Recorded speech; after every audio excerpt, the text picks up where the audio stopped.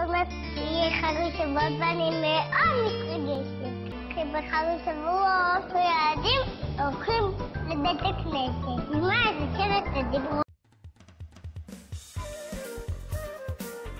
שלום ילדים, נו, מה אתם רוצים? מה אפשר למנות לכם?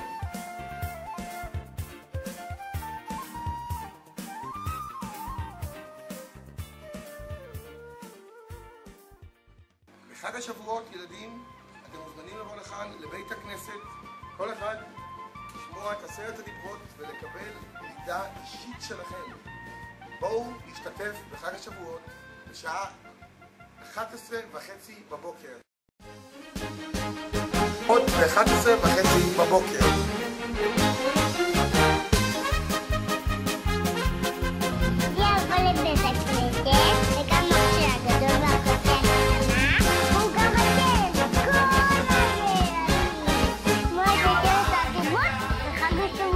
להתראות.